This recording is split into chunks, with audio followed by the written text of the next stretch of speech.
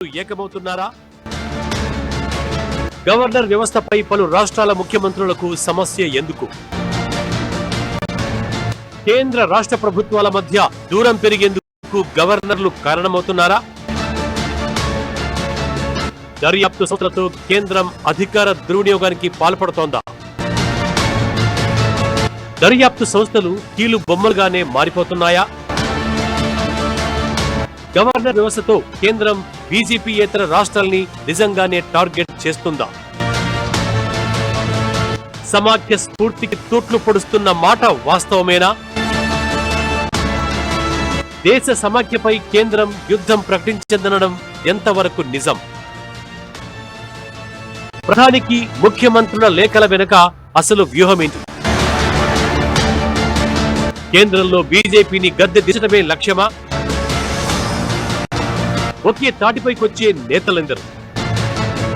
బీజేపీయేతర కూటమికి నేతృత్వం ఎవరిది? వెల్కమ్ టు అమ్మా న్యూస్. నేను ప్రణయ్. ఈరోజు డిబేట్ పాయింట్లో ప్రధానంగా చూసుకోవచ్చు. నిన్న 9 రాష్ట్రాల ముఖ్యమంత్రులు ఒకేసారి ప్రధాని మోదీకి రాసినటువంటి లేఖలు కొంత సంచలనంగా మారాయి. ఢిల్లీ డిప్యూటీ సీఎం మనీష్ సిసోడియా అరెస్టుకు సంబంధించి ఇది రాజ్యాంగబద్ధమైన అంటూ కూడా ప్రశ్నించినటువంటి సిచ్యువేషన్స్ మనం క్లియర్గా చూస్తున్నాం. అయితే ప్రధానంగా ఢిల్లీ లిక్కర్ స్కామ్కి సంబంధించినటువంటి ఆరోపణలు ఎదుర్పడుతున్న నేపథ్యంలోనే ఢిల్లీ లిక్కర్ స్కామ్లో ప్రధానంగా మనీష్ సిసోడియా అరెస్ట్ అనేది దేశవ్యాప్తంగా సంచలనం రేపింది. ఈ కేసుకి సంబంధించి షార్ట్ షీట్ ఫైల్ అయిన వాళ్ళందరినీ కూడా అరెస్ట్ చేస్తామంటూ కూడా సిబిఐ వెల్లడించినటువంటి పరిస్థితులు కనబడుతున్నాయి. అయితే ఈ నేపథ్యంలోనే 9 రాష్ట్రాలకు సంబంధించినటువంటి ముఖ్యమంత్రులు లేఖ రాయడం ఇప్పుడు సంచలనంగా మారింది. ఇది ప్రజాస్వామ్యంలో సరైనదేనా అంటూ కూడా ప్రశ్నిస్తున్న పరిస్థితులు కనబడుతున్నాయి. ఇక దీనిపైనే ఈ రోజు మనం డిబేట్ కొనసాగించబోతున్నాం. ప్రస్తుతం దీనికి సంబంధించిన ఒక ఇంట్రో చూద్దాం. ప్రతిపక్ష నేతలు ఏకమవుతున్నారా? గవర్నర్ వ్యవస్థపై పలు రాష్ట్రాల ముఖ్యమంత్రులకు సమస్య ఎందుకు? కేంద్ర రాష్ట్ర ప్రభుత్వాల మధ్య దూరం పెరిగేందుకు గవర్నర్లు కారణమవుతున్నారా? దర్యాప్తు సంస్థలతో కేంద్రం అధికార దుర్వినియోగానికి పాల్పడుతోందా? దర్యాప్తు సంస్థలు కీలు బొమ్మలుగానే మారిపోతున్నాయా? గవర్నర్ వ్యవస్థతో కేంద్రం బీజేపీయేతర రాష్ట్రాల్ని నిజంగానే టార్గెట్ చేస్తుందా? సమాఖ్య స్ఫూర్తికి తూట్లు పొడుస్తున్న మాట వాస్తవమేనా? దేశ సమాఖ్యపై కేంద్రం యుద్ధం ప్రకటించిందనడం ఎంతవరకు నిజం? ప్రధానికి ముఖ్యమంత్రుల లేఖల వెనుక అసలు వ్యూహమేంటి? కేంద్రంలో బీజేపీని గద్దె దించడమే లక్ష్యమా? ఒకే తాటిపైకొచ్చే నేతలెందరు? బీజేపీయేతర కూటమికి నేతృత్వం ఎవరిది? వాచ్ ఆన్ డిబేట్ పాయింట్ అమ్మా న్యూస్ లో. సో మొత్తంగా ఇది ఇప్పుడున్న సిచ్యువేషన్స్ మనం చూస్తున్నాము. నిన్న 9 రాష్ట్రాలకు సంబంధించినటువంటి నేతలు, ప్రతిపక్షాల పార్టీలకు సంబంధించినటువంటి నేతలు, ఇందులో క్లియర్గా కూడా తెలంగాణ రాష్ట్రానికి సంబంధించి సీఎం కేసీఆర్ కూడా కీలకం వహించిన పాత్రను కూడా మనం చూస్తున్నాం. సో దీనికి సంబంధించి ఈరోజు డిబేట్ పాయింట్గా తీసుకోవడం జరిగింది. మనతో పాటుగా డిబేట్లో పాల్గొన్నారు బీజేపీ సీనియర్ నేత, రాష్ట్ర state co convener, parliament Atluri Ramakrishna గారు మనతో డిబేట్లో పాల్గొన్నారు. అదేవిధంగా మనం చూసుకుంటే కాంగ్రెస్ పార్టీ నేత జావేద్ గారు, సిటీ ప్రెసిడెంట్ కూడా ప్రస్తుతం మనతో డిబేట్లో పాల్గొన్నారు. వీరిద్దరితో కంటిన్యూ చేద్దాం. సో ఒకసారి అట్లూరి రామకృష్ణ గారు మీతో మొదలు పెడదాం. ముందుగా సో ఇప్పుడు బీజేపీ పాలిత రాష్ట్రాలుగా తీర్చిదిద్దడం కోసమే ఈరోజు కుట్రపూరితంగా లిక్కర్ స్కామ్లో అతను మనీష్ సిసోడియా డిప్యూటీ సీఎంని అదుపులోకి తీసుకొని కావాలనే కుట్రపూరితంగా బీజేపీ చేస్తుంది అనేది ఈరోజు వర్షన్ కనబడతా ఉంది. దానికన్నా ముందు మనం చర్చించాల్సినటువంటి అంశం మనం చూసుకుంటే 9 రాష్ట్రాలకు సంబంధించిన ముఖ్యమంత్రులు లేఖ రాయడం ఇది కరెక్టేనా?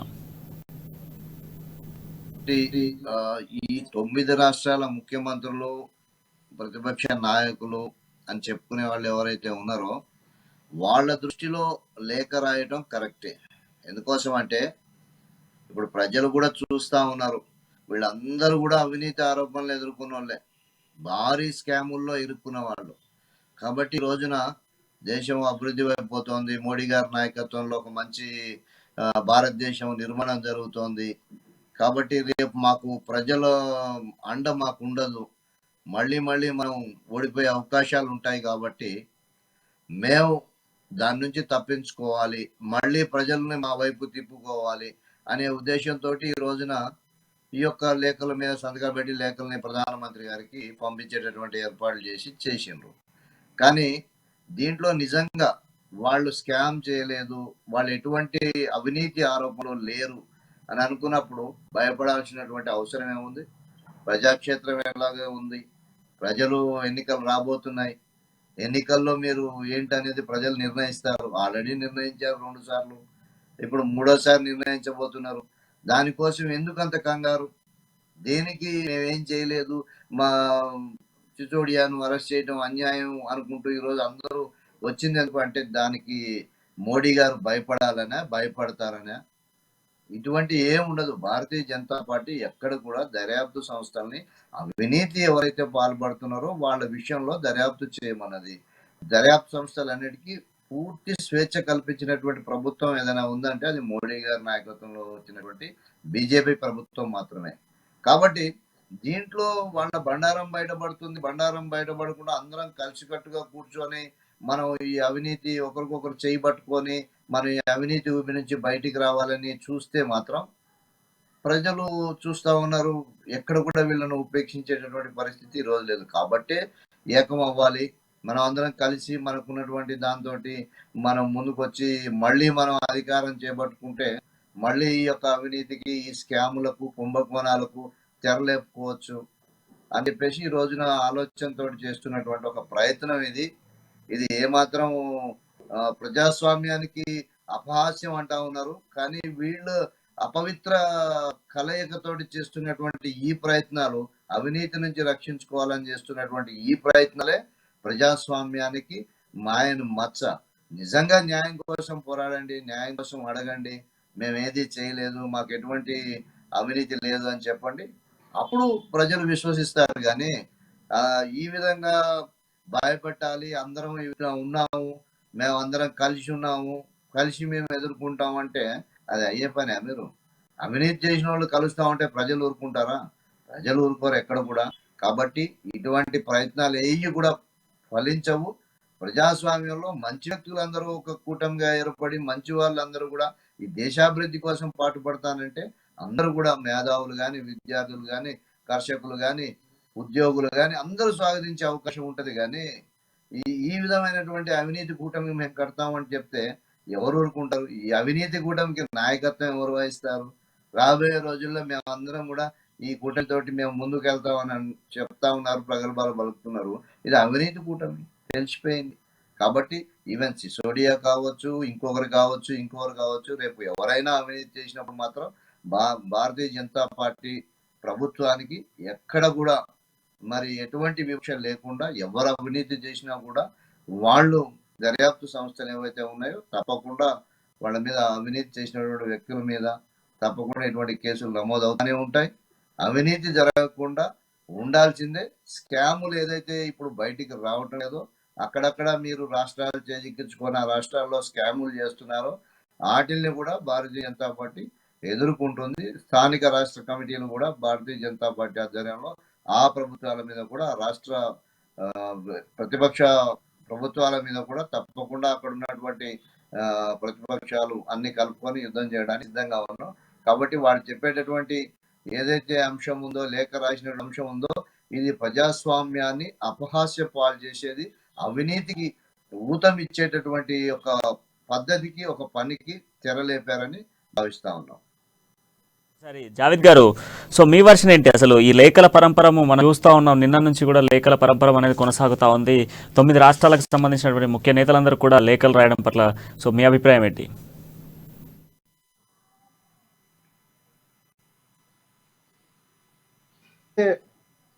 తెలంగాణ సీఎం లేఖ రాయటం అనేది మనం గమనించినట్లయితే, ఈ లిక్కర్ స్కామ్ ఏదైతే ఉందో, లిక్కర్కి సంబంధించి తెలంగాణలో ఏ రకంగా అయితే డబ్బు సమపార్జనే ధ్యేయంగా తెలంగాణ రాష్ట్రం ఏర్పడ్డ తర్వాత నీరు, నియామకాలు, నిధులు అని చెప్పేసి తెలంగాణ రాష్ట్రం ఆ రోజు కాంగ్రెస్ పార్టీ ఇస్తే, వచ్చినటువంటి కాంగ్రెస్ పార్టీ ఇచ్చినటువంటి తెలంగాణలో ఈ మొత్తం ఇవ్వకపోగా నిధులు సమీకరించుకునే పని ఏదైతే ఉందో, ఫ్యామిలీ మొత్తం అన్ని ఉద్యోగాలు వాళ్లే తీసుకొని నిరుద్యోగులకు నిరుద్యోగ భృతి అని చెప్పి అది కూడా ఇవ్వకుండా, ఈరోజు ఈ లిక్కర్ కి సంబంధించి ఏదైతే డిజైన్ తెలంగాణ రాష్ట్రంలో చేశారో, కేజ్రీవాల్ గవర్నమెంట్ కూడా సిసోడియాని ఏదైతే సీఎం కూతురు కవిత ఉందో, కవితమ్మ వెళ్ళి సిసోడియాతో కలిసి ఈ రకంగా మనం లిక్కర్ స్కామ్ చేయొచ్చు,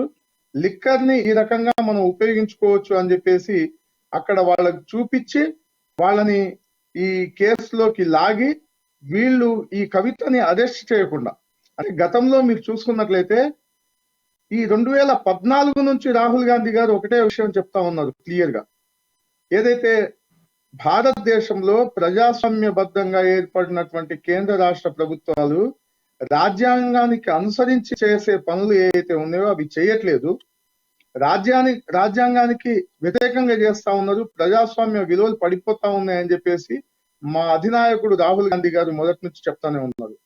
2014లో వచ్చినటువంటి కేంద్ర ప్రభుత్వం బీజేపీ ప్రభుత్వానికి అంటకాగి కేసీఆర్ ఆ రోజు 2016లో డిమానిటేషన్ ని మెచ్చుకున్నాడు. ఇదే కేసీఆర్ మళ్ళీ వాళ్ళ లేఖలో రాసింది మీరు చూసినట్లయితే, గమనించినట్లయితే 2014 నుంచి కంటిన్యూస్ గా 2014 మరి 15 సంవత్సరాల్లో సిబిఐ ఈడీ దాడులు విచారణ జరుగుతా ఉన్నాయని చెప్పేసి 2014 నుంచి ఆ రోజు ఉన్నటువంటి సువేందు అధికారి అయినా అక్కడ హిమంత్ విశ్వశర్మ అయినా వీటన్నిటి మీద ఈడీ దాడులు, తర్వాత ఇన్కమ్ ట్యాక్స్ దాడులు జరుగుతున్నాయని చెప్పేసి ఇదే కేసీఆర్ ఈ రోజు చెప్తా ఉన్నాడు. ఆ రోజు రాహుల్ గాంధీ గారు ముందుగానే చెప్పారు 2014 నుంచి కూడా భారతీయ జనతా పార్టీ ప్రజాస్వామ్యబద్ధంగా పాలించట్లేదు, భారతీయ జనతా పార్టీ చేసే పనులు ప్రజా వ్యతిరేక కార్యకలాపాలు ఉన్నాయి, ఏదైతే డిమానిటైజేషన్ ఉందో దాంతో చాలా పెద్ద ఇబ్బంది రాబోతా ఉంది, ఏదైతే నోట్ల రద్దు ఉందో దాని వల్ల ఇబ్బంది రాబోతా ఉందని చెప్పి చిన్న వ్యాపారస్తులు ఇబ్బంది పడే రోజులు వస్తున్నాయని చెప్పేసి చెప్పినప్పుడు,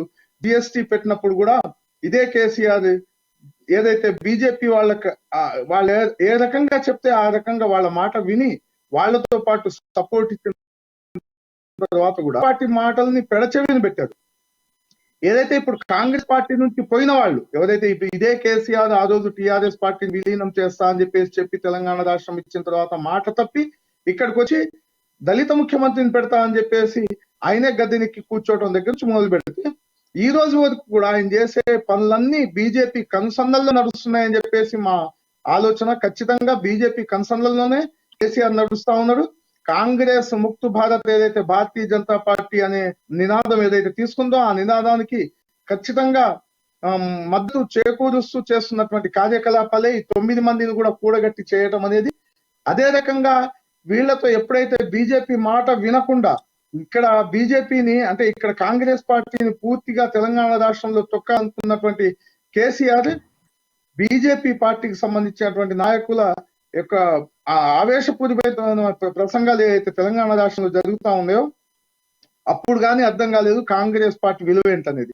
కాంగ్రెస్ పార్టీని తొక్కడం వల్ల, కాంగ్రెస్ పార్టీ ఎమ్మెల్యేలని నేను జాయిన్ చేసుకోవడం వల్ల జరిగిన అనర్థం ఏందో అర్థమైపోయి చివరికి తేరుకొని ఇప్పుడు ఏదో దేశ రక్షణ ప్రజాస్వామ్యం అని చెప్పేసి ఇప్పుడు నీతి పలుకులు పలికితే కాదు, జరిగే నష్టమంతా జరిగిపోయింది. మొదటి నుంచి కాంగ్రెస్ పార్టీ చెప్తా ఉంది ఇప్పుడున్నటువంటి కేంద్ర రాష్ట్ర ప్రభుత్వాలు ఒకటే వాళ్ళకి సమపార్జన అంటే ధనం వాళ్లకు కావాలి, ఏ ఎలక్షన్ అయినా కానీ ఖచ్చితంగా వాళ్లే గెలవాలి, ఏ ఎలక్షన్ అయినా కానీ వాళ్ళ అనునయులే ఉండాలి అనే ఆలోచనతో కాంగ్రెస్ ముక్తు భారత్, కాంగ్రెస్ ప్రజాస్వామ్యమైనటువంటి పాలనకి వీళ్ళు విరుద్ధంగా చేస్తున్నటువంటి పనే ఇక్కడ ఉన్నటువంటి కేసీఆర్ అయినా అక్కడ ఉన్నటువంటి మోడీ అని చెప్పేసి ఖచ్చితంగా నేను చెప్తా ఉన్నాను. రామకృష్ణ గారు, ఇప్పుడు నిందితుడు అని తెలిసినటువంటి సిసోడియాకి సంబంధించి ఒక రాష్ట్రానికి సంబంధించినటువంటి ముఖ్యమంత్రి లేఖ రాయడం కరెక్టేనా? ఒక నిందితుడు అని తెలుసు, నిందితుడు అని తెలిసినాక ఆయనకు లేఖ రాస్తూ మద్దతుగా నిలబడతాము అనేది ఇది కరెక్టేనా? ఇది ప్రజాస్వామ్యబద్ధంగా ఒక సీఎం హోదాలో ఉన్నటువంటి వ్యక్తి చేయాల్సినటువంటి పనేనా? ఇది ఎటువంటి పరిస్థితుల్లో కూడా ఇది కరెక్ట్ కాదు. ఎందుకోసం అంటే నిందితుల తరపున మాట్లాడటం అనేది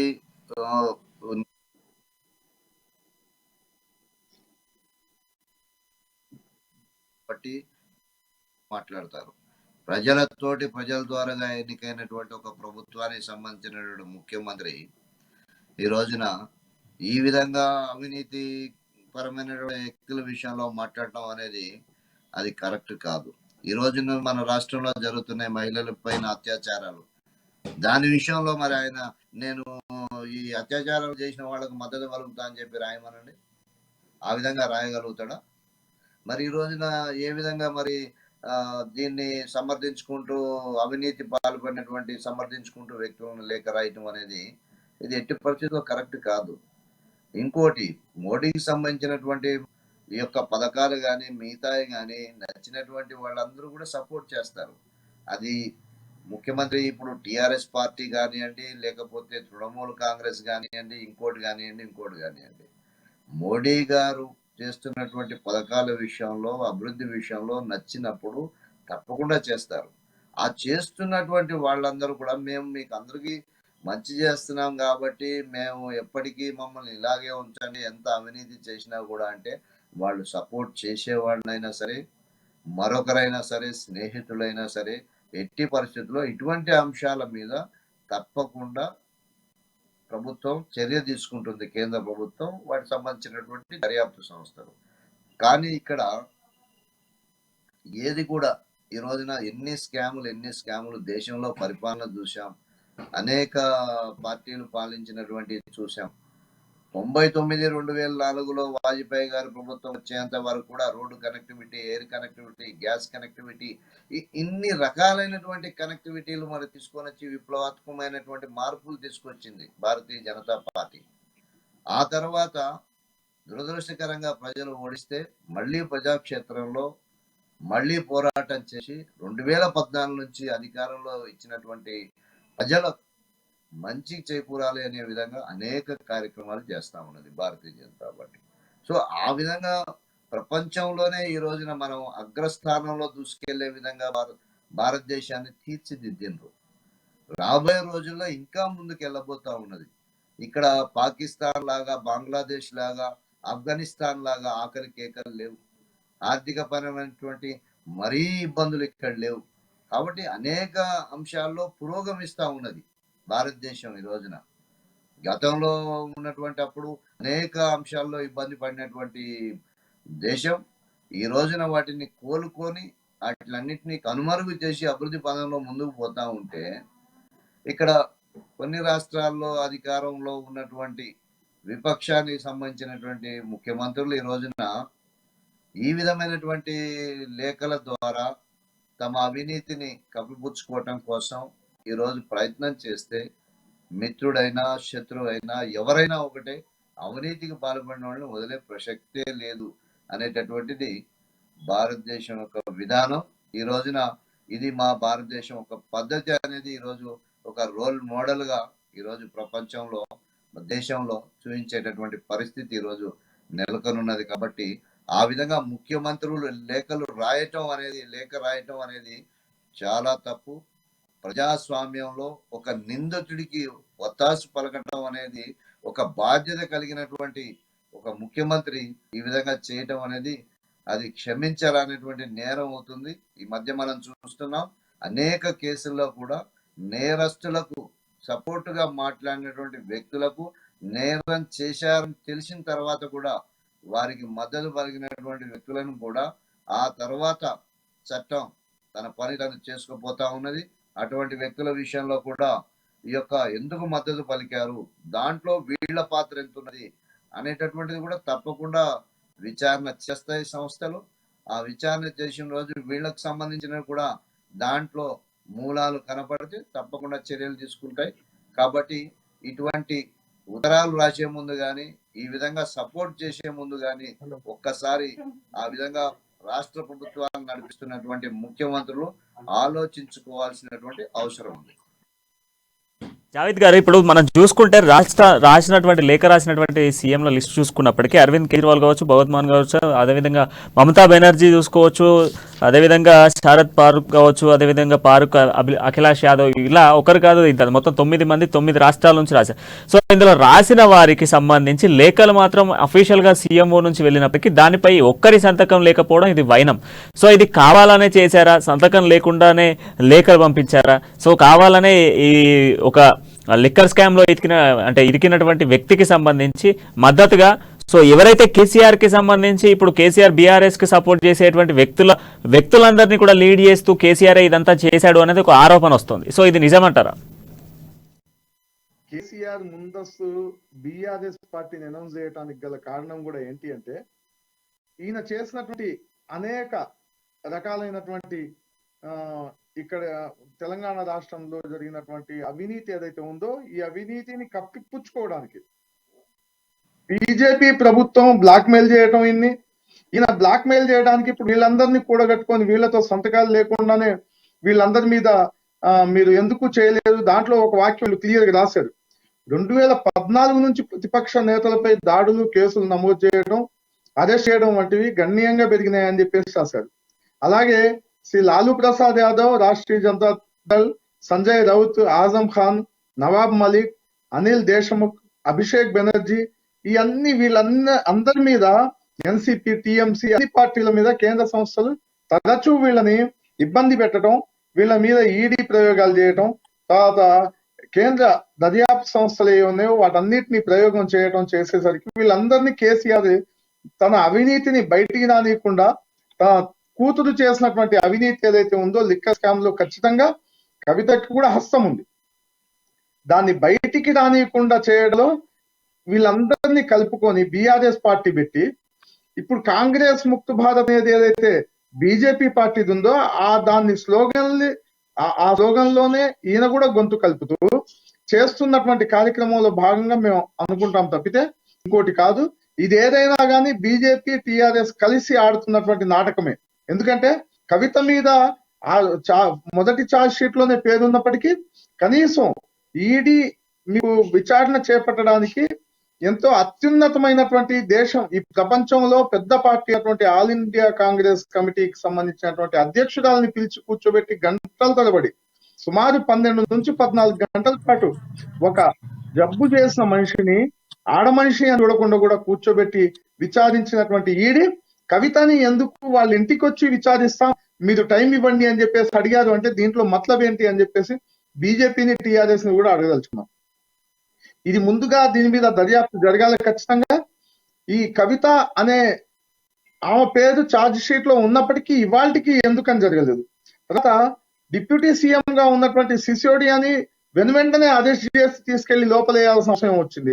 అంటే ఎప్పటి నుంచి ఈ లిక్కర్ స్కామ్ జరుగుతా ఉంది, వీళ్ళు ఎప్పుడు చర్యలు తీసుకున్నారు అంటే ఎలక్షన్ రాబోయేటప్పటికి బీజేపీ ప్రభుత్వం వాళ్ళకు కావాల్సిన వాళ్లకు ఎవరి మీద అయితే చర్యలు తీసుకోవాలో, ఎవరైతే మాట వినలేదో వాళ్ళ మీద చర్యలు తీసుకోవడం, వాళ్ళ మీద మళ్ళీ ఈ బీఆర్ఎస్ పార్టీ అనే పార్టీ వీళ్ళందరినీ కూడగట్టుకొని వాళ్ళ కొత్త పలికి అంటే ఇంకో పార్టీ ఇక్కడ లేదు, కాంగ్రెస్ అనే పార్టీ పేరే వినపడకూడదు అనే రకంగా ఇక్కడ ఉన్నటువంటి ఈ 9 మంది వాళ్ళని కలుపుకొని బీఆర్ఎస్ పార్టీ లెటర్ రాయడం, ఆ లెటర్ లో సంతకాలు లేకపోవడం, అది నిజంగా వాళ్ళ సీఎంఓ ఆఫీస్ నుంచి కింద వాళ్ళ పార్టీ నుంచి పోయినాయా లేకుంటే ఇక్కడ కేసీఆర్ రాసి ఆ లెటర్ అక్కడికి పంపించేసి అందరు వచ్చినట్టు అందరి పేరు రాశారా అనేది కూడా తేటతెల్లం కావాల్సిన అవసరం ఉంది.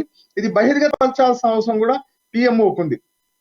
పిఎంఓకి ఒక లేఖ పోయిన తర్వాత ఆ లేఖ ఎక్కడి నుంచి వచ్చింది అనేది కనీసం ఇంటెలిజెన్స్ వ్యవస్థను ఉపయోగించి ఎవరెవరు దీనికి సిగ్నేచర్స్ ఎందుకు చేయలేదు, ఎక్కడెక్కడి నుంచి లెటర్ వచ్చింది, వీళ్ళు అడిగేది ఏంటి, వీళ్ళు అడిగే వాదన ఏంటి అనేది కూడా వినాల్సిన అవసరం బీజేపీ పార్టీకి కూడా.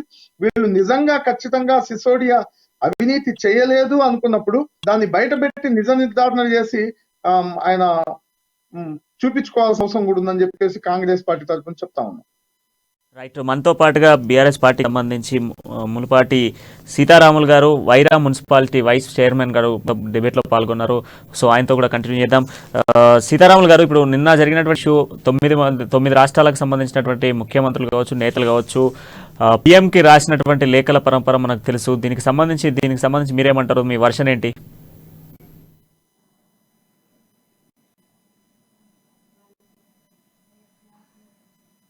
పాల్గొన్న ప్రతి ఒక్కరికి నా హృదయపూర్వక నమస్కారం.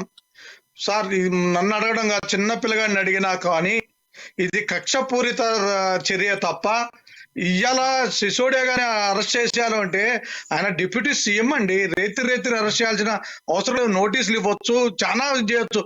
హఠావుడ్న అరెస్ట్ చేయాల్సినంత నెసిటీ కాదు కదా. ఇదేంటంటే భయాందోళనకు గురి చేసి కేంద్ర ప్రభుత్వం ఈ రాష్ట్ర ప్రభుత్వాల మీద ఒక భయాందోళనమైన వాతావరణం క్రియేట్ చేసి భయపెట్టి లొంగ తీసుకునే ధోరణి తప్ప దీంట్లో ఎంత వాస్తవం ఉందో ప్రజలు ప్రతిదీ గమనిస్తూనే ఉన్నారు, ప్రజలందరూ చూస్తూనే ఉన్నారు. దీంట్లో ఎంతవరకు నిజం ఉందో మనకు తెలియదా సార్? అందరికీ తెలిసిందే. కాకపోతే ఏంటంటే వీళ్ళు బెదిరించి భయపెట్టే ధోరణిలో ఇప్పుడు మా కవిత గారిని కూడా మీ ఈడీ కేసులు ఇవి ఎన్ని రకాలుగా ఉన్నటువంటి అన్ని రాష్ట్రాల్లో ఉన్నటువంటి వీళ్ళకి లొంగని ముఖ్యమంత్రులు ప్రతి ఒక్కళ్ళని కూడా వీళ్ళు భయభ్రాంతులు గురి చేసి ఒక రకమైన బ్లాక్ మెయిలింగ్ ఈడీ వ్యవస్థని కానీ ఇవన్నీ కూడా కేంద్రం చేతిలో పెట్టుకొని వీళ్ళందరినీ బెదిరిస్తా ఉంది తప్ప దీంట్లో వాస్తవాలు లేవు. ఏంటంటే కేవలం ఢిల్లీలో మొన్న జరిగినటువంటి కార్పొరేషన్ లో కూడా కేజ్రీవాల్ గారి వాళ్ళ పార్టీ అధ్యక్షత పీఠం కైవసం చేసుకోవటం ఇవన్నీ కూడా కేంద్రం జీర్ణించుకోలేక దానికి భయాందోళన చేయడానికే ఈ కక్షపూరిత చర్యలు తప్ప మరొకటి కాదు సార్. దీనికి సూత్రధారి పాత్రధారి మొత్తం సీఎం కేసీఆర్, లేఖల పరంపరానికి మొత్తం కూడా సూత్రధారి లీడ్ చేసిందే కేసీఆర్ అనేది ప్రతిపక్షాల విపక్షాల వాదన. దీనికి సంబంధించి మీరేమంటారు? మరి దేనికి కేసీఆర్ గారు లీడ్ చేశారండి? కేసీఆర్ గారు లీడ్ చేసిన మాట దేంట్లో మనం అందరం కలిసి కేంద్ర ప్రభుత్వం మీద ఒత్తిడి తెద్దాం, కేంద్ర ప్రభుత్వం మీద ఒత్తిడి తెచ్చి మనకి రావాల్సిన న్యాయపరమైన ఓటాలు తీసుకుందామని దాంట్లో లీడ్ చేశారా తప్ప కేంద్రాన్ని కోల్పోద్దాము లేకపోతే ఇంకో సార్ ఇది ప్రజాస్వామ్యం సార్. బీఆర్ఎస్ పార్టీ పెట్టారు కేంద్రంలో కదా, అన్ని రాష్ట్రాల్లో మా బీఆర్ఎస్ దినదిన అభివృద్ధి చెందుద్ది. దానికి ఇప్పుడు వీళ్ళు అంత చెంచుకోవాల్సిన పని లేదు కదా, బాధపడాల్సిన పని లేదు కదా. అవునండి, కేసీఆర్ గారు పెట్టారండి, లీడ్ చేస్తారు. దేనికి చేస్తారు? రాష్ట్రాల్లో ఇవన్నీ కూడా మీరు గమనిస్తానే ఉన్నారు సార్. రాష్ట్రాల్లో మనకి ఏం జరుగుతా ఉంది, మనకి రావాల్సిన వాటాలు కానీ ఏ రాష్ట్రానికైనా సరే కేంద్ర ప్రభుత్వం బీజేపీ ఉన్నటువంటి సీఎంలు ఉన్న రాష్ట్రంలో ఎలా ఉంది, మిగతా సీఎంలు ఉన్న రాష్ట్రాల్లో ఏ విధంగా ధోరణి ఉందో మీరు గమనించవచ్చు. దీనికి తేడానే మీకు అర్థం అవుతుంది. రైట్ రామకృష్ణ గారు, ఇప్పుడు నిన్న మనం చూసాము కీలుబొమ్మల్లా కేంద్ర దర్యాప్తు సంస్థలు బీజేపీ చేతుల్లో కీలుబొమ్మలు అనేది బీఆర్ఎస్ ఒక వర్షం పడుతోంది. దాంతో పాటుగా ఈ రోజు దినపత్రికలో కూడా ఒక దినపత్రికలో ఈ వ్యాఖ్యం వాడ జరిగింది. సో దీన్ని ఏమంటారు మీరు? అంటే అవినీతి మీద దర్యాప్తు చేస్తున్నటువంటి దర్యాప్తు సంస్థలు ఆ విధంగా దర్యాప్తు చేస్తే కీలుబొమ్మలు అవుతాయా? ఇప్పుడే మిత్రులు చెప్పారు, అర్ధరాత్రి డిప్యూటీ సీఎం ఆయనను హడావిడిగా పోయి అర్ధరాత్రి ఇంటి దగ్గర నుంచి అరెస్ట్ చేసి తీసుకుపోవటం ఏంది, ఆయన ఒక ఉప ముఖ్యమంత్రి అని మాట్లాడుతున్నారు. మరి తెలంగాణ రాష్ట్రంలో ప్రజా సమస్యల మీద ఉద్యమం కోసం ఆందోళన కోసం చేయటానికి భారతీయ జనతా పార్టీ కార్యకర్తలు ధర్నాలు చేసుకోవటానికి వస్తుంటే అర్ధరాత్రి ఇండ్ల మీద పడి చిన్న కార్యకర్తల నుంచి పెద్ద నాయకుల వరకు తీసుకుపోయి అరెస్టులు చేసి లోపల పెడతా ఉన్నారే. అవినీతి కోసం చేయట్లా, అవినీతి చేసిన సపోర్ట్ చేస్తూ లేఖలు రాయటంలా. ప్రజా సమస్యల మీద ప్రజాక్షేత్రంలో ఆందోళన నిర్వహించుకోవటానికి ఒక ధర్నా చేయటానికి సిద్ధపడితే మీరు అర్ధరాత్రి అరెస్ట్ చేస్తున్నారే. మరి ఇదే ప్రజాస్వామ్యం? దీని మనం కరెక్ట్ అంటామా? అట్లాగే ఈ యొక్క దర్యాప్తు సంస్థల విషయంలో ఎట్లా మనం ఏ విధంగా దాన్ని ఉపయోగించుకుంటున్నారు, వీటిని కేంద్ర ప్రభుత్వం కీలుబొమ్మల్లాగా ఆడుతోందని ఏ విధంగా చెప్తారు? అవినీతి చేస్తే చేస్తున్నారు, అంతేగాని మీరు వచ్చి జంతర్ మంతర్లో కూర్చుంటామంటే తెలంగాణ రాష్ట్రానికి వచ్చి రాత్రి అరెస్ట్ చేస్తలేరు. మీరు ఢిల్లీలో ధర్నా చేస్తామంటే చేయండి అంటున్నారు. రండి, మా తప్పులు ఏమైనా ఉంటే చెప్పండి, సరి చేసుకుంటాం అని ఆహ్వానిస్తున్నారు. అంతేగాని తెలంగాణ రాష్ట్రానికి వచ్చి ముఖ్యమంత్రిని ఈ ప్రజా సమస్యల మీద గొంతెత్తే ముఖ్యమంత్రిను లేకపోతే ఇంకొకరిని అరెస్ట్ చేయాలని ఎక్కడ కూడా భారతీయ జనతా పార్టీ కేంద్ర సంస్థలు, కేంద్రంలో ఉన్నటువంటి సంస్థలు కానీ ప్రయత్నం చేయటంలా. నువ్వు అవినీతి చేసావని తెలిస్తే, అవినీతి కుంభకోణాల్లో ఉన్నావని తెలిస్తే, అమార్జనలో ఉన్నావని తెలిస్తే తప్పకుండా దర్యాప్తు సంస్థలు వాటికి ఉన్నటువంటి చట్టాల పరిధిలో తప్పకుండా పనిచేస్తుంది. అది పనిచేస్తుంటే మీరు కీలుబొమ్మలుగా మార్చారు అనటం ఎంతకు వాస్తవం? మరి ఇప్పుడు ఈ విధంగా పోలీసు వ్యవస్థను మేము అంటా ఉన్నాం, తెలంగాణ రాష్ట్రంలో పోలీసు వ్యవస్థను మొత్తం భారతీయ జనతా పార్టీ కార్యకర్తల మీద కేసులు పెట్టడానికి మాత్రమే ఉపయోగిస్తున్నారు అని మేము చెప్తున్నాం. భారతీయ జనతా పార్టీ కార్యకర్త అవినీతి చేస్తే నువ్వు పట్టుకో, నీ రాష్ట్రంలో నువ్వు ఉన్నటువంటి దీంట్లో ఎక్కడన్నా అరెస్ట్ చేయి, ఆయన అవినీతిని బయటికి తీసుకురా చూద్దాం. అది లేదు. కానీ ఇక్కడ మాత్రం ఎక్కడో ఢిల్లీలో ఉప ముఖ్యమంత్రి ఆయన మద్యం కుంభకోణంలో ఉన్నాడు, దానికోసం అరెస్ట్ చేశారంటే మాత్రం ఇక్కడ నుంచి గగ్గోలు పెట్టడానికి మాత్రం మీకు వస్తుంది. మరి అవినీతి చేయొచ్చా? అవినీతికి పాల్పడవచ్చా? దేశంలో దినదినాభివృద్ధి జరుగుతుందట. ఏమి వాళ్ళ బీఆర్ఎస్ పార్టీ దినదినాభివృద్ధి చెందబోతోందట. ఎక్కడ కూడా సొంత రాష్ట్రంలో ముందు నిధులు, నియామకాలు, నీళ్లు, తెలంగాణ ఉద్యమకారుల ఆశలు, ఆశయాలను వాళ్లను పట్టించుకోండి, వాళ్లకు మంచి చేయండి, వాళ్ళతోటి కలిసి తెలంగాణ రాష్ట్రం అభివృద్ధికి పాటుపడండి. దానికి అందరూ సహకరించడానికి సిద్ధంగా ఉంటారు. కానీ అవినీతి పనులు సమర్థించుకుంటూ దేశంలో ఇటువంటి వ్యక్తులకు కొమ్ము కాస్తూ కూర్చుంటే, భారతీయ జనతా పార్టీని రాష్ట్రంలో అణచివేయాలని చూస్తూ ఉంటే ఈ విధమైనటువంటి పరిస్థితులు సరైనవి కావు. కాబట్టి ఎప్పుడు కూడా కేంద్ర దర్యాప్తు సంస్థలను కీలు బొమ్మలు అనే పదం వాడకూడదు. గతంలో కాంగ్రెస్ ప్రభుత్వం అనేక సంవత్సరాలు సుదీర్ఘ కాలం పాటు అధికారంలో ఉన్నప్పుడు ఆ సంస్థలను ఆ విధంగా మార్చి ఉండొచ్చు. ఆ అలవాటుతోటి అప్పుడు చేసినటువంటి పద్ధతులతోటి ఈ రోజు కూడా ఆ విధంగా ఉన్నది అని అనుకోవటం తప్పు. ఈ రోజు పూర్తి స్వేచ్ఛనిచ్చాం. పూర్తిగా ఈ యొక్క దర్యాప్తు సంస్థలన్నీ కూడా తమ స్వతంత్ర ప్రతిపత్తితోటే పనిచేస్తున్నాయి. ఎక్కడ కూడా ప్రధానమంత్రి గారు కానీ, హోంమంత్రి గారు కానీ ఎవ్వరు కూడా ఆ సంస్థలకు సంబంధించినటువంటి విషయంలో, వాటి పనితీరు విషయంలో కలగజేసుకోవటం లేదు. ఇది స్పష్టం. దానికి నిదర్శనమే ఈ యొక్క అవినీతి తిమింగళాన్ని పట్టుకోవటం. లేకపోతే అవినీతికి పాల్పడినటువంటి వ్యక్తులు గతంలో ఇటువంటి దర్యాప్తు సంస్థలు నిర్వహించేటటువంటి అప్పుడున్నటువంటి కేంద్ర ప్రభుత్వాన్ని మేనేజ్ చేసుకున్నటువంటి సంఘటనలు చాలా ఉన్నాయి. ఈ రోజు మేనేజ్ చేసుకుందాం, ఈ రోజు కేంద్రంలో ఉన్నటువంటి ప్రధానమంత్రిని, హోంమంత్రిని మనం కూడా ఏదో ఒక రకంగా వాళ్ళని సంతృప్తి పరుచుకుందాం అంటే జరిగే పని కాదు. అది అభివృద్ధి కోసం ఉన్నారు, ఎవరి కోసం లేరు. ఈరోజు ప్రధానమంత్రి గారిని చూడండి, ఆస్తులు ఎన్ని ఉన్నాయి, వారు ఎక్కడ నివసిస్తున్నారు, వారి జీవితం ఏంటి, వారికి వచ్చేటటువంటి బహుమతులను కూడా ఈ రోజు వేలం వేసి ప్రజలకు ఆ డబ్బును అభివృద్ధి కోసం అందించేటటువంటి ఒక ప్రధానమంత్రి దేశంలో ఎవరైనా ఉన్నారంటే ఆయనే. రాబోయే రోజుల్లో కూడా మీరు చూస్తారు ప్రధానమంత్రి గారు ఏ విధమైనటువంటి నిరాడంబరమైనటువంటి జీవితాన్ని ఆయన ఉండబోతున్నారు. అరే వారి తల్లి గారు చనిపోతే కూడా దేశం మొత్తం కదిలేటటువంటి పరిస్థితి ఉంటే కూడా ఆ విధమైనటువంటి పద్ధతి నాకు వద్దు అని చెప్పేసి దాన్ని విస్మరించి ఆయన తన యొక్క కుటుంబ సభ్యులతోటి ఆయన కేవలం తన కుటుంబ దీతోటి చేసుకున్నటువంటి సందర్భం మనం చూసాం. హంగులు లేవు, ఆర్భాటాలు లేవు, ఎక్కడ కూడా ఉండవు. ప్రజల కోసం నిరంతరం పనిచేస్తున్నాడు. కాబట్టి అటువంటి వాటిని మీరు స్వాగతించండి. అభివృద్ధి కావాలంటే మీరు ఇటువంటి వాటిని స్వాగతించండి. కేంద్ర దర్యాప్తు సంస్థలు తప్పకుండా వాటి పనిని చేయనియండి. రేపు కోర్టులో తేలుతుంది ఎవరు అవినీతి పరులో ఎవరు కాదో ఏంటనేది. అక్కడ ఉన్నటువంటి న్యాయ వ్యవస్థ దాన్ని చూసుకుంటుంది. తర్వాత అప్పుడు మీరు మాట్లాడండి. న్యాయస్థానంలో నుంచి మీరు బయటకు వచ్చిన తర్వాత మేము అవినీతికి పాల్పడలేదు అన్నది.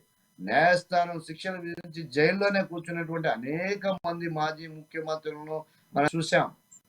కాబట్టి ఆ విధంగా అవినీతి ఆరోపణలు ఊరికే రావు, దర్యాప్తు సంస్థలు ఊరికే చెయ్యవు. కాబట్టి ఎందుకంటే వాటికి కూడా రేపటి రోజున కోర్టులో ఏదైనా ఇబ్బంది తలెత్తితే ఆ యొక్క అధికారులు కూడా అనేక రకాలైనటువంటి ఇబ్బందులకు గురయ్యే అవకాశం ఉంటుంది. కాబట్టి వారు ఇటువంటి కీలు బొమ్మలుగా మారే పరిస్థితి. రైట్, ఒకసారి సీతారాములు గారితో మాట్లాడదాం, ఇదే అంశం పైన ఒకసారి మాట్లాడదాం. ఇప్పుడు సీతారాములు గారు, కవిత విషయంలో స్పందించని కేసీఆర్ సిసోడియా విషయంలో ఎందుకు స్పందిస్తున్నారంటే మీ దగ్గర సమాధానం ఉన్నదా? కవిత అరెస్ట్ అవుతుంది, కవితకు సిబిఐ నోటీసులు వస్తాయి, ఈడీ విచారణ జరుగుతుంది, కానీ ఆ సమయంలో ట్విట్టర్ కానీ లేఖలు కానీ ఏం కనపడవు. కేవలం కార్యకర్తలు ధర్నాలు చేస్తారు, దిష్టి బొమ్మలు తగలబెడతారు. కానీ ఈరోజు సిసోడియాకి సంబంధించినటువంటి విషయం వచ్చేటప్పటికి మాత్రం సీఎం కేసీఆర్ స్పందిస్తాడు, లేఖలు రాస్తాడు, ట్విట్టర్ చేస్తాడు అనేది విపక్షాలకు సంబంధించినటువంటి ఆరోపణ. సో దీనికి మీరేమంటారు? సార్, ఇప్పుడు కేసీఆర్ గారు స్పందించారంటే ఇది ప్రజాస్వామ్యం కదా, స్పందించవచ్చు కదా. ఇప్పుడు జాతీయ నాయకుడు ఆయన, బీఆర్ఎస్ పార్టీ జాతీయ నాయకుడు ఆయన గారు స్పందిస్తారు. ఎందుకు స్పందించరు? ఇందాక రామకృష్ణ గారు అన్నారు కేసులు తెలంగాణలో పెడుతున్నారు. సార్, రామకృష్ణ గారు తెలంగాణలో కేసులు పెడితే బండి సంజయ్ గారు పాదయాత్ర ఇన్ని రోజులు చేస్తారా? అమిత్ షా గారు మీటింగులు నడుస్తాయా? మీరు ఏం మాట్లాడుతున్నారు సార్? ఇది ప్రజాస్వామ్యం సార్. మిమ్మల్ని మేము ఎక్కడా కూడా అగౌరవపరచలా. అన్ని పార్టీల వాళ్ళు కలిసి ఉండాలా, ఎవరి స్వేచ్ఛ వారికి ఉందనే ధోరణితోనే కేసీఆర్ గారు వ్యవహరిస్తున్నారు తప్ప వారిని జైలుకి పంపించారు. సంజయ్ గారిని ప్రజా సంగ్రామ యాత్ర మీద అడ్డుకున్నారు, కేసులు పెట్టారు.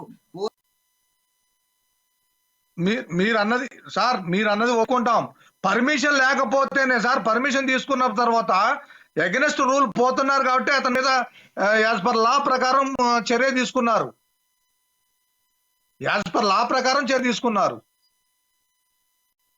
జావేద్ గారు, ఇప్పుడు ఈ ఇద్దరి పార్టీలకు సంబంధించినటువంటి ఇటు రాష్ట్ర ప్రభుత్వానికి సంబంధించి అదేవిధంగా కేంద్ర ప్రభుత్వానికి సంబంధించినటువంటి ఇరు పార్టీల వర్షన్ మీరు విన్నారు. సో ఇరు పార్టీలు చెప్తున్నటువంటి వర్షన్లో క్లియర్గా కేంద్ర ప్రభుత్వాన్ని చేతిలో ఏదేదో రాష్ట్రాలు వ్యవహరించే తీర్పాట్లనే కేంద్రం వ్యవహరిస్తుంది, దర్యాప్తు సంస్థలు ఎవరి చేతిలో కీలుబొమ్మ కాదు అనేది కేంద్ర వర్షన్. సో రాష్ట్రం వర్షన్ వచ్చేటప్పటికి ఒక రాష్ట్రానికి సంబంధించినటువంటి డిప్యూటీ సీఎం అరెస్టును ఖచ్చితంగా ఖండించేటువంటి అవసరం ఉంది రాష్ట్రానికి అంటూ కూడా ఇంకొక వర్షన్. సో ఈ రెండు వర్షన్లను చూసిన మీరేమంటారు? సార్, నేను మీకు క్లియర్ కట్ గా అర్థమవుతుంది. ఇది కేంద్ర ప్రభుత్వంలో 1 సెకండ్, మనం ఒకసారి జావేద్ గారు వర్షన్ విందాం. జావేద్ గారు మీరు కంటిన్యూ చేయండి. సార్ చెప్పండి.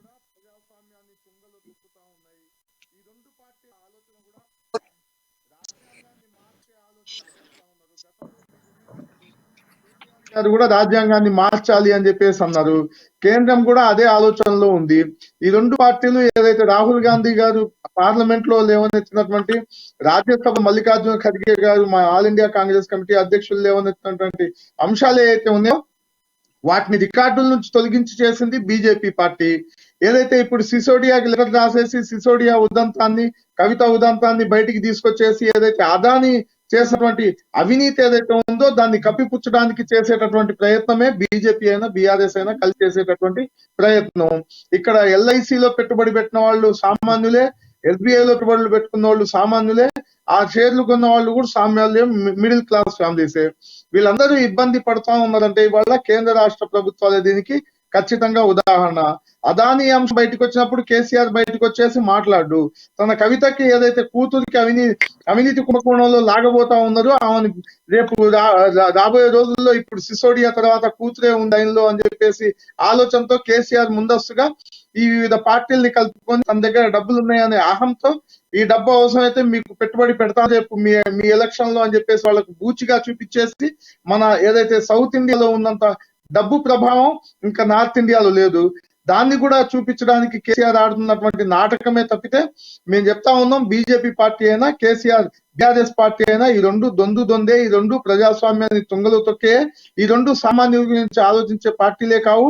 ఇవి పూర్తిగా కార్పొరేట్ వ్యవస్థ, కార్పొరేట్ కంపెనీలకి ఉప్పందించే పార్టీలే తప్పితే ఈ రెండు ప్రజాస్వామ్యాన్ని రక్షించే విధంగా కానీ రాజ్యాంగంలో రాసినటువంటి అంశాల పట్ల కానీ వీళ్ళకి ఏమాత్రం కనీసం వీళ్ళకు ఒక అభిప్రాయం అనేది, మంచి అభిప్రాయం అనేది లేదు. దాన్ని మార్చుదామనే ఆలోచనలోనే వీళ్ళు ఉన్నారు కాబట్టి కానీ ఈ అంశాన్ని రాహుల్ గాంధీ గారిని లేవనెత్తినటువంటి భారత్ జోడో యాత్రలో అనేక అంశాలు లేపట్టడం జరిగింది. వాటన్నిటిని తుంగలో తొక్కడానికి, వాటన్నిటిని జనానికి తెలియకుండా చేయడానికి చేస్తున్నటువంటి నాటకంలో భాగమే ఈ సిసోడియా అరెస్ట్. అయినా డిప్యూటీ సీఎం సిసోడియా అరెస్ట్ అంటే దానికి సంబంధించి కొన్ని నియమాలు ఉంటాయి. ఆ నియమాలు పాటించకుండా అరెస్ట్ చేయడం తప్పే, ఆయన అరెస్ట్ చేయగానే కేసీఆర్ లెటర్ రాయడం కూడా తప్పే. బీఆర్ఎస్ పార్టీగా మిగతా 4-5 పార్టీలు 9 పార్టీల నాయకుల్ని తీసుకొని లెటర్ రాసినట్టుగా చూపించేసి ఈ అంశాన్ని పక్కదో పట్టించేసి మీడియాలో అయినా పేపర్లో అయినా న్యూస్ పేపర్లో అయినా ఇదే అంశం రావాలి తప్పితే ఏదైతే కాంగ్రెస్ పార్టీ దేశానికి జరగబోతున్నటువంటి నష్టాన్ని, ఈ ప్రజలకు సామాన్య మానవులు జరుగుతున్నటువంటి నష్టాన్ని బయట పెట్టే ప్రయత్నం ఏదైతే చేస్తా ఉందో దాన్ని కప్పిపుచ్చడానికి చేసే ప్రయత్నమే తప్పితే వీళ్ళిద్దరూ కూడా ప్రజాస్వామ్యాన్ని రక్షించే విధంగా కానీ ప్రజల కోసం ఆలోచన చేసే విధంగా కానీ లేదు. వీళ్ళ సొంత అవసరాలు ముఖ్యం, వీళ్ళ డబ్బుతోనే ముడిపడి ఉంటుంది మొత్తం రాజకీయాలు మొత్తం. రాబోయే రోజుల్లో కూడా ఈవీఎం ని ఏ రకంగా మ్యానిపులేట్ చేయాలని చెప్పేసి బీజేపీ చూస్తూ ఉంటది, దాని ద్వారా ఏకంగా లబ్ధి పొందాలని చెప్పేసి బీఆర్ఎస్ చూస్తూ ఉంటది తప్పితే బీఆర్ఎస్ పార్టీ అయినా బీజేపీ పార్టీ అయినా ఒక్క తాను ముక్కలే అని చెప్పేసి మేము మొదటి నుంచి చెప్తా ఉన్నాం, ఇప్పుడు కూడా చెప్తా ఉన్నాం.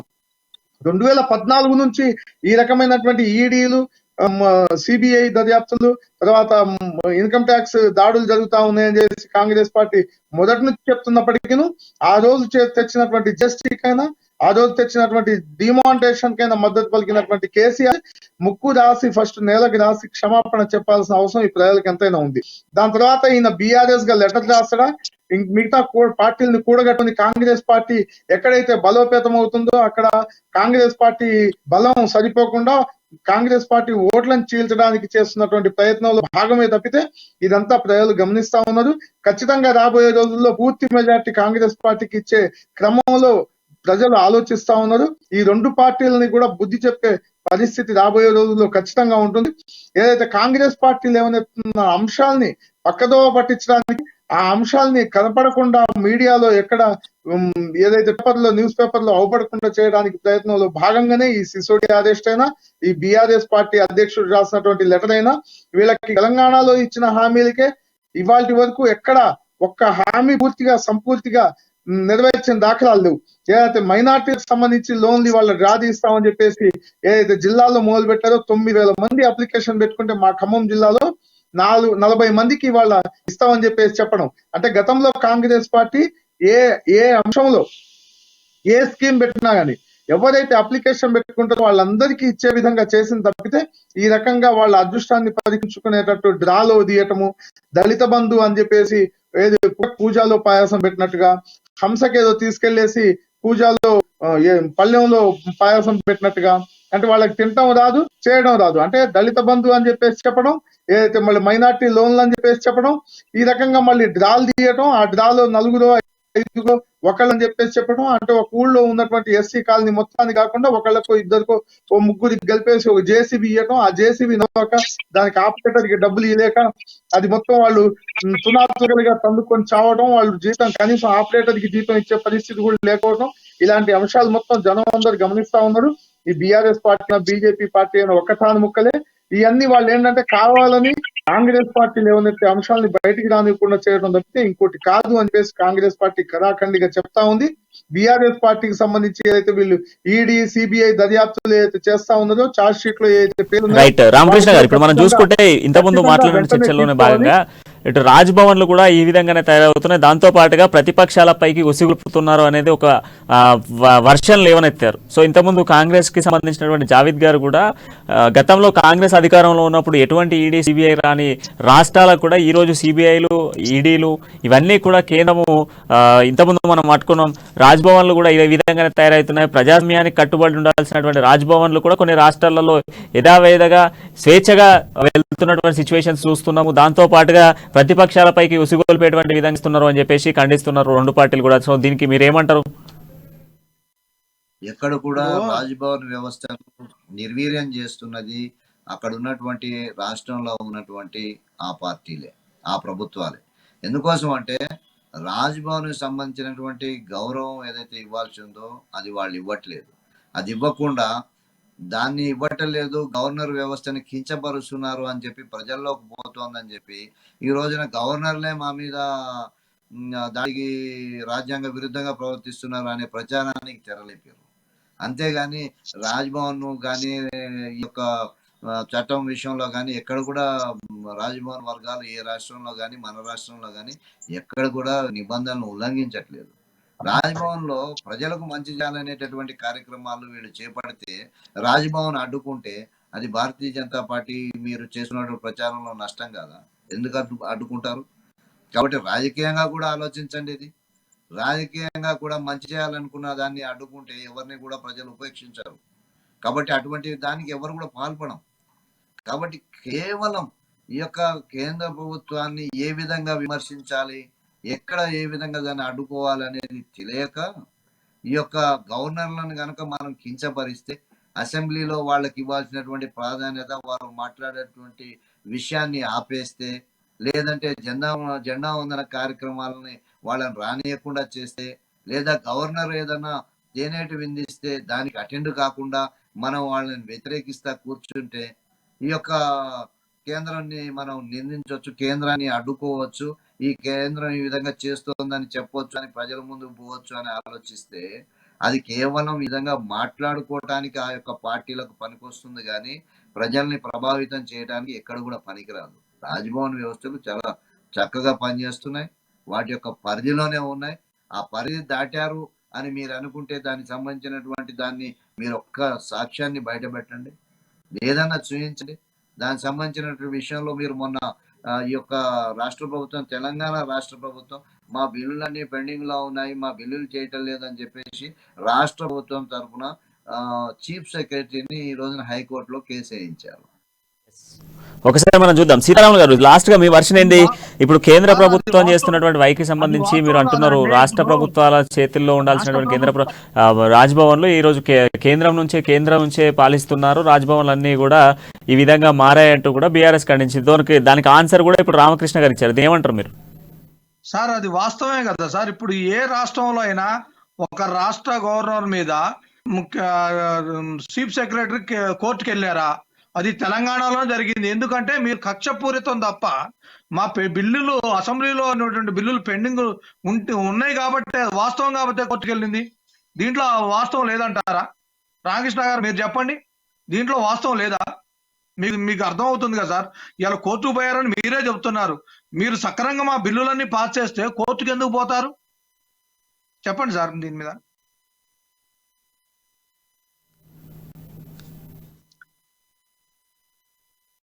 చెప్పండి. బిల్లులు రామకృష్ణ గారు, ఇప్పుడు ఇవాళ మీరే చెప్పారు మీ సిఎస్ గారు కోర్టుకి హాజరై కోర్టులో వేసారని. బిల్లులు పెండింగ్ ఉండబట్టే కాసింది. బిల్లులు పెండింగ్ లేకుండా ఎవరైనా వేస్తారా? మీరు చెప్పండి.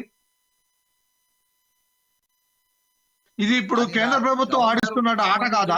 రాజ్యాంగంలో వివరంగా ఇవ్వాల్సినటువంటి అవసరం ఉంది. మరి ప్రధాన కార్యదర్శి ఎవరైతే రాష్ట్ర ప్రధాన కార్యదర్శి ఈ రోజు ఉన్నదో సిఎస్ ఉన్నారో, మరి వాళ్ళు వెళ్ళారా? రాజ్భవన్ కి వెళ్ళారా? కనీసం కలుసుకున్నారా? ఈ రోజు కొత్తగా ఏర్పడినటువంటి ఒక సిఎస్ రాజ్భవన్కి వెళ్ళి కలవాల్సినటువంటి అవసరం ఉందా? గవర్నర్ గారిని మర్యాదపూర్వకంగానే కలవాలా? వారు పంపించినటువంటి బిల్లుల విషయంలో మాట్లాడాలా? మరి ఎందుకు మాట్లాడలేదు? ఎందుకు వెళ్ళలేదు? అక్కడికి వెళ్ళటానికి ఏమో చేత కాదు, ఢిల్లీకి పోయి కోర్టులో కేసు వేయడానికి మాత్రం చేతనవుతుంది. ఇది ఎక్కడ న్యాయం అంటే? ఇదే అన్యాయం. ఇప్పుడు మీరన్నది ఒప్పుకున్నాం సార్. ఉన్నాయని అడగమనండి. రామకృష్ణ గారు మీరన్నది ఒప్పుకుందాం. రామకృష్ణ గారు మీరన్నది ఒప్పుకుందాం. అంటే మీకు వెళ్ళి సలాం కొట్టి చేస్తేనే మా బిల్లులు పెండింగ్ క్లియర్ చేస్తారా? లేకపోతే చేయరా? అంటే ప్రకారం సార్ ఈ సీతాకుమారి గారు మొన్న వచ్చారు సార్. మా గత 2 years నుంచి పెండింగ్ ఉన్నాయి. ఇవాళ కాదు, 2 సంవత్సరాల నుంచి మా బిల్లులు పెండింగ్ గా ఉన్నాయి. మీరు గమనించండి రామకృష్ణ గారు, 2-3 సంవత్సరాల నుంచి మా బిల్లులు మొత్తం పెండింగ్ లో ఉన్నాయి. అవసరం ఉన్నది. మేము బిల్లు పంపించాం, మీ డౌట్లు మీకు ఉంటాయి, మీరు మాత్రం పంపించింది చేయాలి అని ఒక నిరంకుశత్వమా? అరే 3 సంవత్సరాల నుంచి పెండింగ్ లో ఉన్నాయి కదండి. ఎవరు అడగకుండా మీ దగ్గర మీరు మీ కళ వచ్చి మీరు పని చేస్తారా? రైట్. థ్యాంక్ యూ రామకృష్ణ గారు, అదేవిధంగా థ్యాంక్ యూ సీతారాములు గారు అండ్ థ్యాంక్ యూ జావేద్ గారు. మొత్తంగా తెలంగాణలో జరిగినటువంటి పరస్పరం మనం చూసుకుంటున్నాము. నిన్న జరిగినటువంటి లేఖల పర్వం అనేది కొంత చర్చనీయాంశంగా మారింది. ఇటు గవర్నర్ పాలన అంతా కూడా రాష్ట్రాల్లో వ్యవహరించినటువంటి గవర్నర్ ఇటు కేంద్రానికి తొత్తులుగా మారి రాష్ట్రాలలో వ్యవహరిస్తున్నారంటూ కూడా తెలుస్తున్నటువంటి పరిస్థితులు కనబడుతున్నాయి. ఇక మరోవైపు చూస్తే కేంద్రం చేతుల్లో కీలుబొమ్మలుగా మారాయి అంటూ కూడా మనకు ఒక వర్షన్ కనబడతా ఉంది దర్యాప్తు సంస్థలకు సంబంధించి. ఇది కేంద్రం వ్యవహరిస్తున్నటువంటి కాదు, దర్యాప్తు సంస్థలు ఎవరి చేతుల పైన నడవదు. దర్యాప్తు సంస్థ అనేది కేవలం రాజ్యాంగబద్ధంగా వెళ్లేటువంటి సంస్థ అంటూ కూడా స్పష్టంగా తెలుస్తా ఉంది. ఇక మొత్తానికి లేఖల పరంపరం అనేది కొంత ఆశ్చర్యకరానికి గురి చేస్తూ ఉంది. ఎందుకంటే ఒక నిందితుడికి సంబంధించి సీఎం కేసీఆర్ లేఖ రాయడం, దాంట్లో క్లియర్ పాత్ర కూడా సీఎం కేసీఆర్ పాటించడము, ఇది ఖచ్చితంగా కూడా ప్రజాస్వామ్యం కాదు, ప్రజాస్వామ్యానికి వ్యతిరేకంగా సీఎం వ్యవహరిస్తున్నారనేది కూడా ప్రతిపక్షాలు లేవనెత్తుతున్న ప్రశ్న. సో మొత్తంగా ఇది ఈ రోజు డిబేట్ పాయింట్. మరో డిబేట్ పాయింట్తో మళ్ళీ కలదాం. అంటిల్ దెన్ చూస్తూనే ఉండండి అమ్మా న్యూస్, నిజం కోసం జనం కోసం.